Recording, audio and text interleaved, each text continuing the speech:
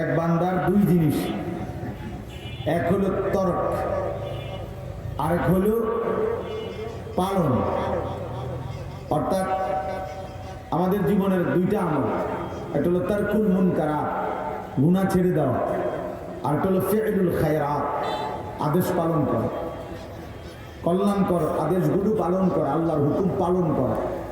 তাহলে কিছু করতে হয়, কিছু ছাড়তে হয়। বান্দা যখন ছেড়ে দেয় আল্লাহ তাআলা তাকে বেশি তারাক্কি দেয়। এজন্য প্রত্যেক গুনাহ ছেড়ে দিলে আল্লাহ তাআলা মানুষকে তারাক্কি দেয়। হাদিসের মধ্যে আছে, আল্লাহ তাআলা বলছেন হাদিসে কুদসি, মান তারাকাহা মাখাফাতি আবদালতুহু ঈমানান ওয়াজাদা হালাওয়াতাহু ফি কলবি।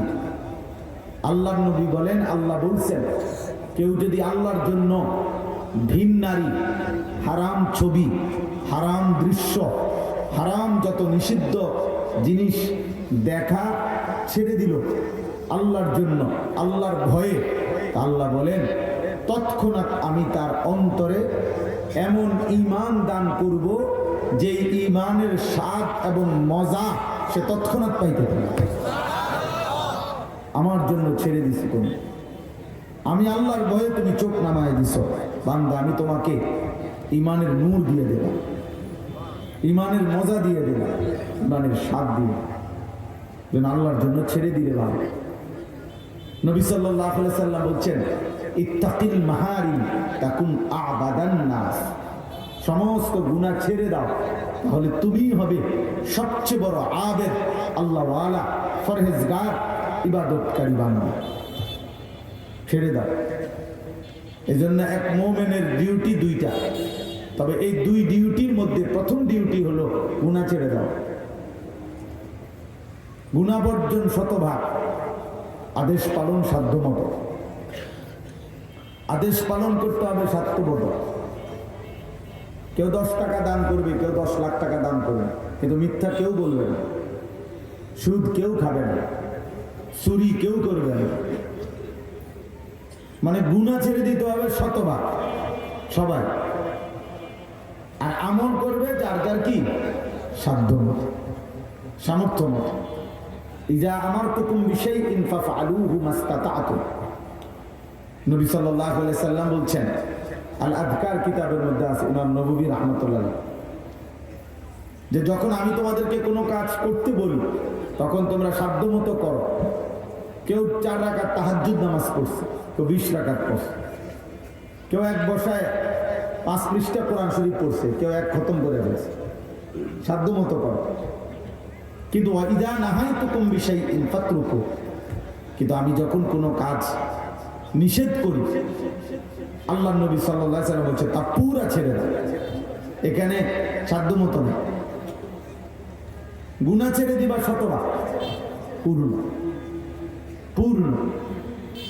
এজন্য ভাই, ওই যে আমি এটা বললাম, আর আল্লাহর জন্য ছেড়ে দেয়,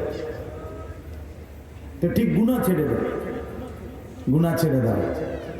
কোরআনুল কারীমের মধ্যে আছে, আল্লাহ তাআলা বলছেন, ওয়াদারু যাহিরাল ইসমি ওয়া বাতিনা।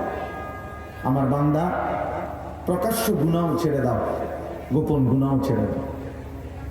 আল্লাহ তাআলা বলছে, ওয়ালা তাকরাবুল ফাওয়াহিশা মা যাহারা মিনহা ওয়া মা বাতান। আমার আল্লাহ বলেন যে বান্দা কোন অশ্লীলতা, বেহায়াপনার কাছেও যেও, চাই প্রকাশ্য হোক চাই গোপন হোক,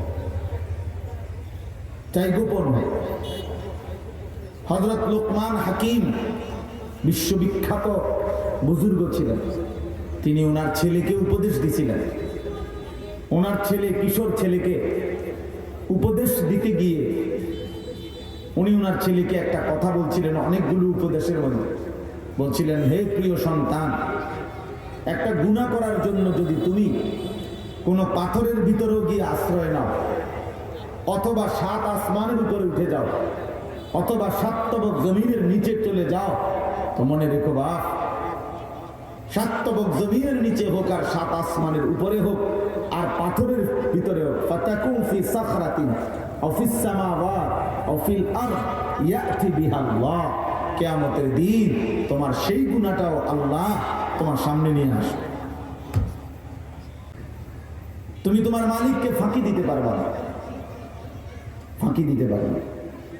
আল্লাহ তাআলা বলছে আয়াহসাবু আল্লা ইয়াকদির আলাইহি আহাদ, আল্লাহ বলে আমার নাফরমান বান্দা কি ভেবেছে যে তার উপরে কারো কোনো শক্তি নেই? আমি আল্লাহ তোমার সাথে কুলাইতে পারছি না নাকি? আমরা যারা নামাজ পড়ে না ওরা কি মনে করে আল্লাহ তার লগে পারতো না নাকি? কি বলে? এর অর্থ কি এই যে আল্লাহ আসলে তার উপরে কোনো ক্ষমতা রাখে না?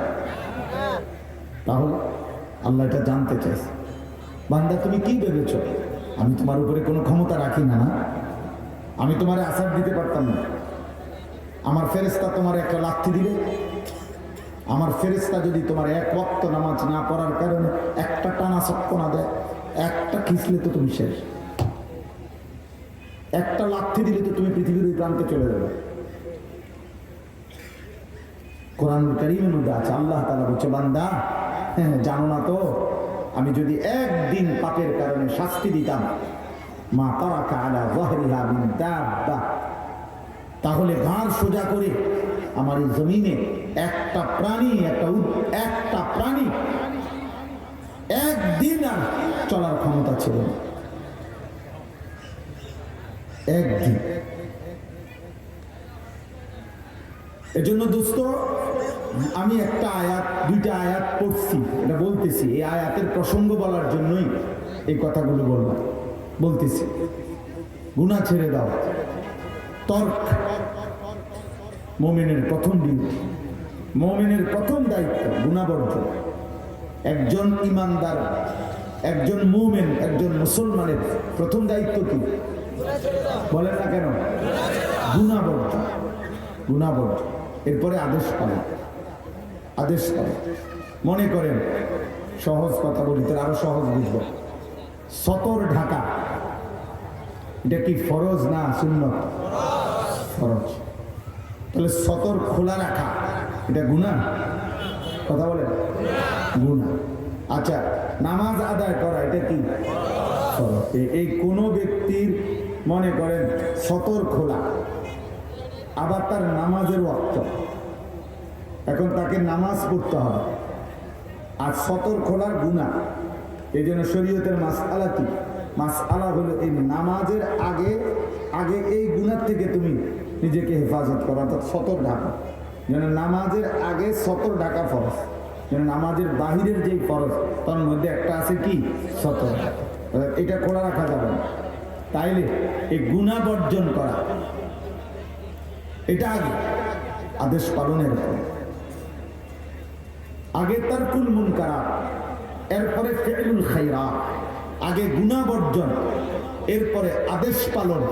এই দুইটা মিললে হয় তাকওয়া। ওই লোককে বলে মুত্তাকি, তার ঠিকানা জান্নাত। উইদ্দাত লিল মুত্তাকিন, আল্লাহ বলছে জান্নাত বানানোই হয়েছে মুত্তাকিদের জন্য।